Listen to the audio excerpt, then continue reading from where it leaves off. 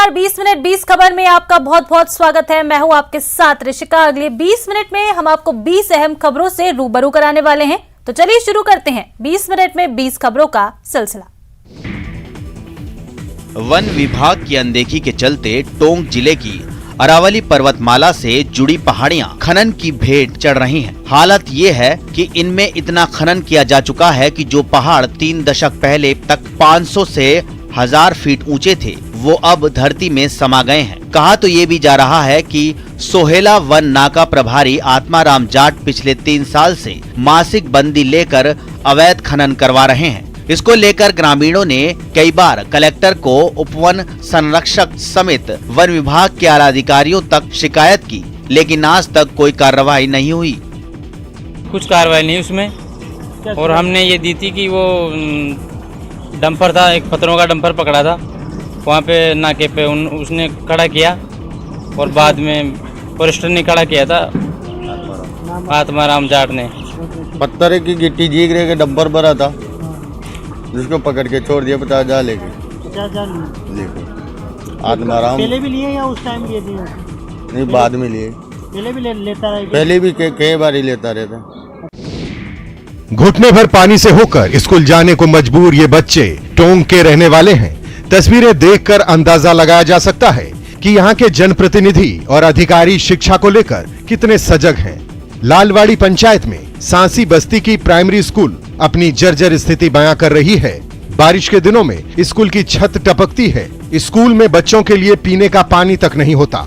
बारिश में हालात और बिगड़ जाते हैं। घर से स्कूल जाने से पहले बच्चों और परिजनों को 1000 बार सोचना पड़ता है, क्योंकि स्कूल जाने वाले रास्ते पर कीचड़ जमा होता है। बच्चों को इस कीचड़ और गंदगी से होकर गुजरना पड़ता है। कपड़े गंदे होने के साथ ही किताबें भीगने का डर हमेशा बना रहता है। लगभग 61 बच्चों का नामांकन है, जिसमें सुविधा के रूम में एक भवन है, वो भी जर्जर हालात में है, जिसमें पानी टपकता है। ना यहाँ पे बाथरूम की व्यवस्था, ना पीने के पानी की व्यवस्था, ना लाइट की व्यवस्था है। हाथ फैला। बारिश का मौसम कहीं सुकून तो कहीं आफत लेकर आता है। प्रतापगढ़ जिले के छोटी सादड़ी उपखंड क्षेत्र में 2 दिन से हो रही बारिश की वजह से नदी नाले उफान पर हैं। इस बीच उपखंड मुख्यालय के धोलापानी क्षेत्र में जाखम और अंधेरी नदी की पुलिया से एक डराने वाला वीडियो सामने आया है। वीडियो में राजस्थान के प्रसिद्ध धाम रामदेवरा की यात्रा करने जा रहे श्रद्धालु जान जोखिम में डालकर पानी के तेज बहाव से होकर जाते नजर आ रहे हैं। इसके साथ ही एक वीडियो में पुलिया पर बह रहे पानी के तेज बहाव के बीच कुछ लोग अपने वाहनों को निकालने की कोशिश करते दिख रहे हैं। बारिश रुकने के बाद भी इन नदियों की पुलिया पर दोपहर तक आवागमन बाधित रहा, लेकिन कई राहगीर पुलिया पर पानी के बहाव के बाद भी अपनी जान जोखिम में डालते हुए इसे पार करते नजर आए। प्रशासन बार बार लोगों से पुलिया पर पानी बहने के दौरान यात्रा नहीं करने की चेतावनी दे रहा है, लेकिन इसके बावजूद लोगों पर इसका असर होता नजर नहीं आ रहा। विजयी विश्व तिरंगा प्यारा, झंडा ऊंचा रहे हमारा। वीरों को हरसाने वाला, मातृभूमि का तनमन सारा। जैसलमेर में सीमा सुरक्षा बल के जवानों और अधिकारियों ने तिरंगा रैली निकाली। शानदार रैली में जवान अपने हाथों में तिरंगे उठाए, कदम से कदम मिलाते भारत माता की जयकारे लगा रहे थे। इस तिरंगा रैली का उद्देश्य लोगों में देशभक्ति की भावना को जगाना और 13 से 15 अगस्त तक चलने वाले हर घर तिरंगा में ज्यादा से ज्यादा लोगों को अपने घरों में तिरंगा फहराने के लिए प्रेरित करना है। तो आप सबको इस वाकयाथलॉन के लिए बहुत बहुत शुभकामनाएं, और पूरा जोश और खरोश के साथ जाना है, डिसिप्लिन के साथ में जाना है और वापस लौट के आना है। कोरोना के साथ ही अब लंपी भी प्रदेश में कोहराम मचा रहा है। गोवंश को निशाना बनाने वाले इस खतरनाक वायरस के संक्रमण को देखते हुए प्रदेश सरकार अलर्ट मोड पर है। तो इसकी ठोस वजह है राजस्थान में लंपी से अब तक 6108 से अधिक गायों की मौत हो चुकी है। वहीं 1,16,269 पशु भी इससे संक्रमित बताए जा रहे हैं। जाहिर सी बात है, गोवंश में लगातार फैल रहे लंपी वायरस ने किसानों की चिंता बढ़ा दी है। पश्चिमी राजस्थान में गायों में फैली लंपी को लेकर राष्ट्रीय स्वयंसेवक संघ की दुर्ग शाखा ने अनूठी पहल की है। आरएसएस ने देसी इलाज शुरू किया है, जिससे पशुपालकों में कुछ उम्मीद जगी है। दुर्ग शाखा प्रमुख विजय बिसानी ने बताया कि लंपी से निपटने के लिए आटा, हल्दी, काली मिर्च, घी और शक्कर मिलाकर लड्डू तैयार किए गए हैं। गायों को ये लड्डू खिलाने से सिर्फ 7 दिन में ही इस बीमारी से राहत मिलती है। इसके अलावा एक लिक्विड भी तैयार किया गया है।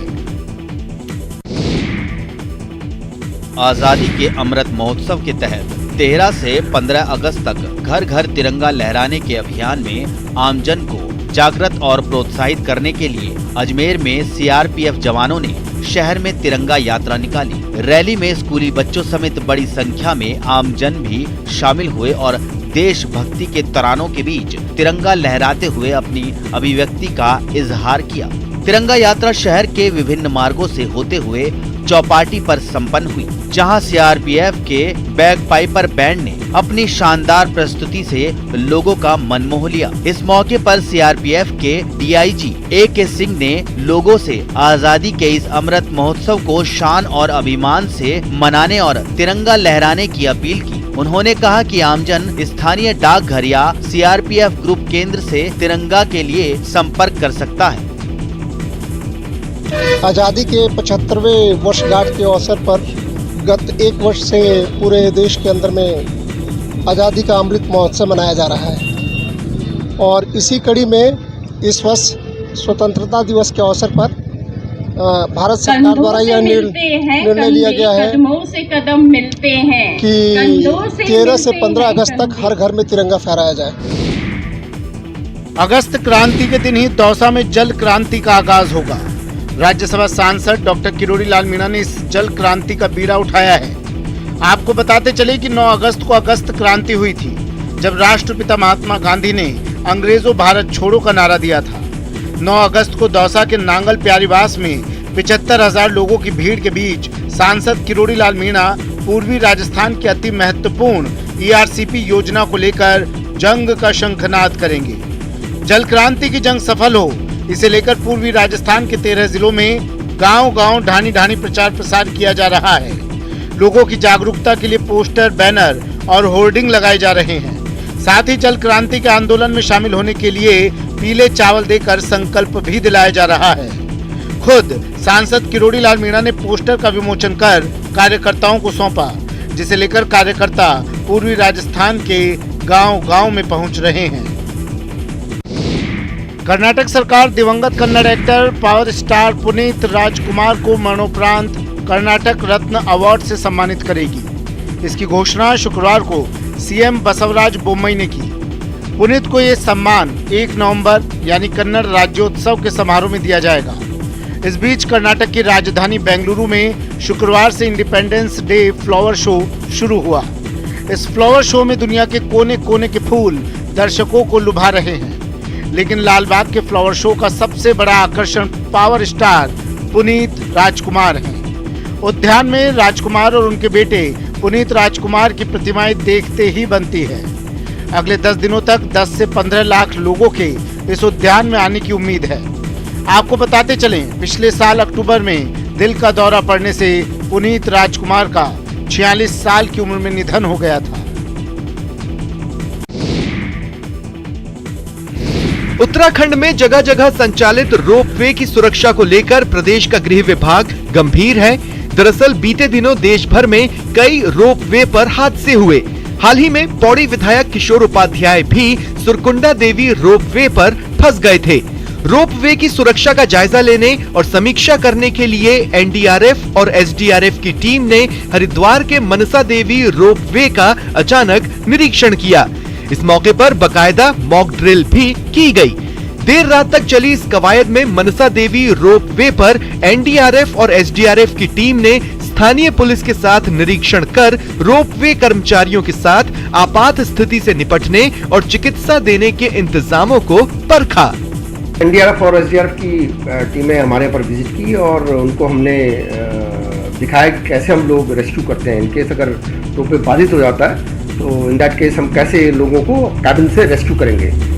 तो वो फुली सेटिस्फाइड थे और जो भी कार्य हुआ उन्होंने देख करके बड़ा अप्रिशिएट किया। यह खूबसूरत और शानदार तस्वीर है भारत चीन सीमा पर स्थित पार्वती कुंड की, जहां इन दिनों नीति घाटी के कई ग्रामीण पार्वती कुंड में पूजा अर्चना के लिए पहुंच रहे हैं। वहीं पवित्र झील में स्नान कर अपने आप को पुण्य का भागीदार बना रहे हैं। सीमा से लगे पार्वती कुंड पर जाने के लिए प्रशासन से विशेष अनुमति लेनी होती है। सीमा पर आवागमन बना रहे, इसलिए नीति घाटी के लोगों को सेना की देखरेख में पार्वती कुंड भेजा जा रहा है। पार्वती कुंड पहुंचकर स्थानीय ग्रामीण पोड़ा नृत्य और झुमेला लगा रहे हैं, साथ ही भारतीय सेना का आभार भी प्रकट कर रहे हैं। इसके साथ ही पार्वती कुंड की तस्वीरें और वीडियो भी सोशल मीडिया पर वायरल कर रहे हैं। जालोर में प्रशासन और साधु संतों के बीच सहमति बनने के बाद आला अधिकारियों ने राहत की सांस ली। 35 घंटे बाद संत के शव को पेड़ से उतारकर पोस्टमार्टम के लिए भेज दिया गया है। आपको बता दें कि विधायक पूराराम चौधरी, उनके ड्राइवर सहित एक अन्य पर मामला दर्ज होने के बाद भी यहां पर हजारों की संख्या में लोग विरोध प्रदर्शन कर रहे थे। 3 दौर की वार्ता विफल हो चुकी है, लेकिन चौथे दौर की वार्ता सफल रही। इसके बाद लोगों की समझाइश के बाद में प्रशासन ने राहत की सांस ली है। तो वहीं बड़ी बात ये है कि जिस जमीन को लेकर पूरा विवाद उपजा था, उसी जमीन के बीचों बीच अब संत की समाधि बनाई जाएगी। इसको लेकर वहां पर तैयारियां पूरी कर ली गई हैं। जालोर जिले के सुंदा माता तलहटी में जो ये मेरे पीछे देख रहे हैं संत रविदास का जो मौत को मामले को लेकर पिछले 35 से 40 घंटे से लगातार संत का जो शव था वो यहाँ पर जो फंदे में झूल रहा था। ऐसे में जिस तरीके से जो वार्ताओं का दौर था वो लगातार जारी रहा, लेकिन सफलता नहीं मिली। लेकिन आज सवेरे जिस तरीके से प्रशासन व साधु संतों के साथ हुई वार्ता के बाद जो सहमति बन गई है, संत के शव को नीचे उतार करके पोस्टमार्टम के लिए भेज दिया गया। शिवलिंग के पास नाग, तस्वीरें छत्तीसगढ़ के कोरबा की हैं। वैसे तो बारिश में सांपों का निकलना आम है, लेकिन कभी कभी कुछ ऐसा हो जाता है कि जिससे लोगों की श्रद्धा बढ़ जाती है, विश्वास गहरा हो जाता है। ऐसा ही कुछ हुआ कोरबा के मानिकपुर क्षेत्र के कृष्ण नगर में रहने वाले शिव कुमार सोनी के घर। शिव कुमार सोनी का पूरा परिवार रोज की तरह अपने दैनिक कार्य में लगा हुआ था कि अचानक उनके आंगन में एक सांप दिखाई दिया, जिससे पूरा परिवार सहम उठा। इससे बेपरवाह सांप बड़े आराम से पूजा घर में चला गया और जाकर पीढ़े के ऊपर रखी कटोरी में जहां शिवलिंग विराजमान था, वहां जाकर फन फैलाकर बैठ गया, जिसको देखकर घर वाले आश्चर्यचकित हो गए। वो नाग इस तरह से शिवलिंग के पास बैठ गया जैसे वो अपनी असली स्थान पर पहुंच गया हो। इस दृश्य को देखकर घर वालों ने हाथ जोड़कर दूर से ही नाग देवता को प्रणाम किया और आसपास के लोगों को इसकी जानकारी दी, जिसके बाद मौके पर भीड़ जुट गई। घंटों बाद घर वालों ने स्नेक रेस्क्यू टीम के अध्यक्ष जितेंद्र सारथी को इसकी जानकारी दी, जिसके बाद मौके पर पहुंची टीम ने नाग का रेस्क्यू किया।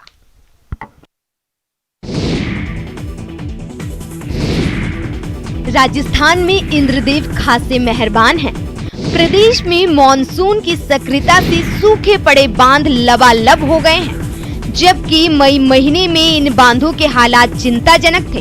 जी हां, खबर सच है। मानसून की अच्छी बारिश का असर प्रदेश के छोटे बड़े और मझले बांधों पर देखने को मिला है।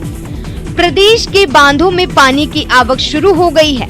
ताजा रिपोर्ट में खुलासा हुआ है कि मई और जून में बांधों की जो हालात थे वो अब सुधरने लगे हैं। बांधों में लगातार घट रहा पानी अब बढ़ने लगा है।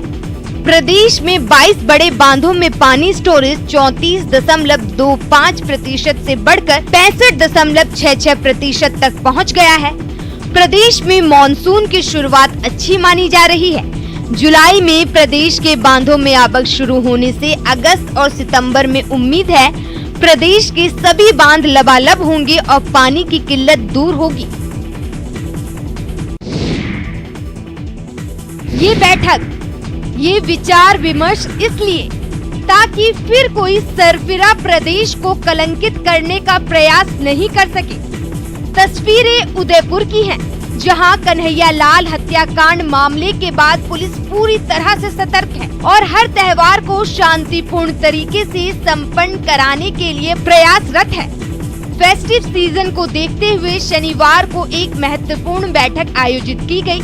जिला परिषद सभागार में आयोजित इस बैठक में उदयपुर जिला पुलिस अधीक्षक विकास शर्मा, एएसपी हर्ष रत्नु, एडीएम ओपी बुनकर और प्रभा गौतम शामिल रही। इस बैठक में सभी धर्मों के प्रबुद्ध नागरिकों को बुलाया गया और उनसे आगामी समय के त्योहारों को लेकर चर्चा की गई। बैठक में त्योहार के दौरान होने वाली सभी गतिविधियों पर बात की गई। वहीं शांतिपूर्ण तरीके से सभी त्योहार संपन्न हो, इसके लिए सभी ने पुलिस को महत्वपूर्ण सुझाव भी दिए। आजादी के अमृत महोत्सव कार्यक्रम की कड़ी में देश भर में हर घर तिरंगा फहराया जाएगा। नरेंद्र मोदी सरकार के आह्वान पर देश भर में होने वाले इस कार्यक्रम को लेकर अब उत्साह नजर आने लगा है। राजस्थान में भी सरकार ने 70,10,000 झंडों का ऑर्डर दिया है। राजस्थान में प्रत्येक घर पर तिरंगा लहराए, इसी उद्देश्य को लेकर बीजेपी प्रत्येक मंडल पर बैठक लेकर पार्टी के कार्यकर्ताओं को जिम्मा सौंप रही है। वहीं कांग्रेस सरकार के 4 वर्ष पूरे होने वाले हैं।